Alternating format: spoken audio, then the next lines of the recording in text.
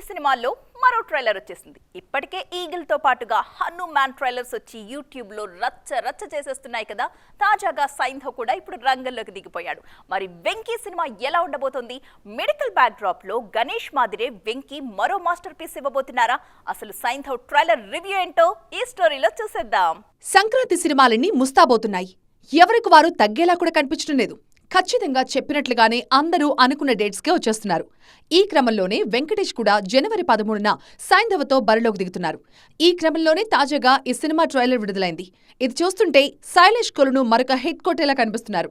ఇది medical mafia చుట్టూ తిరిగే కథ అని ఇంట్రడక్షన్ వీడియోతో పాటు టీజర్లోనే చూపించారు. ఇప్పుడు ట్రైలర్లో ఇంకాస్త డీప్ గా వెళ్లారు శైలేష్ కొలను.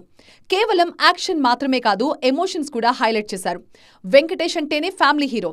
ఆ ఇమేజ్ కి న్యాయం చేసేలాగా సైంధవలో కూతురు సెంటిమెంట్ బలంగా చూపిస్తున్నారు. గతంలోనూ సంక్రాంతి వెంకటేష్ కి బాగా కలిసొచ్చింది. 35 ఏళ్ల కెరియర్లో పండక్కి 13 సార్లు వచ్చారు వెంకీ. 1988 నుంచే వెంకటేష్ సంక్రాంతి వేట మొదలుపెట్టారు. తొలిసారి రక్త తిలకంతో వచ్చి హిట్ కొట్టారు. ఆ మరుసటి ఏడాది ప్రేమ సినిమాతో వచ్చారు. ఇక 1992 సంక్రాంతికి విడుదలైన చంటి వెంకటేష్ కెరియర్నే మార్చేసింది.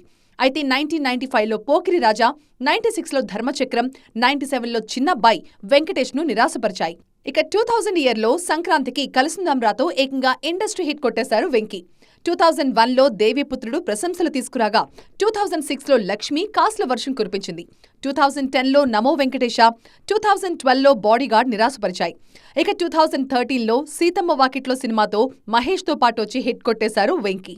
2015లో గోపాల 2019లో F2 వెంకటేష్ కి కలిసొచ్చాయి. 5 ఏళ్ల తర్వాత సైంధవ్తో మరొకసారి పండగ రేసులోకొస్తున్నారు వెంకీ.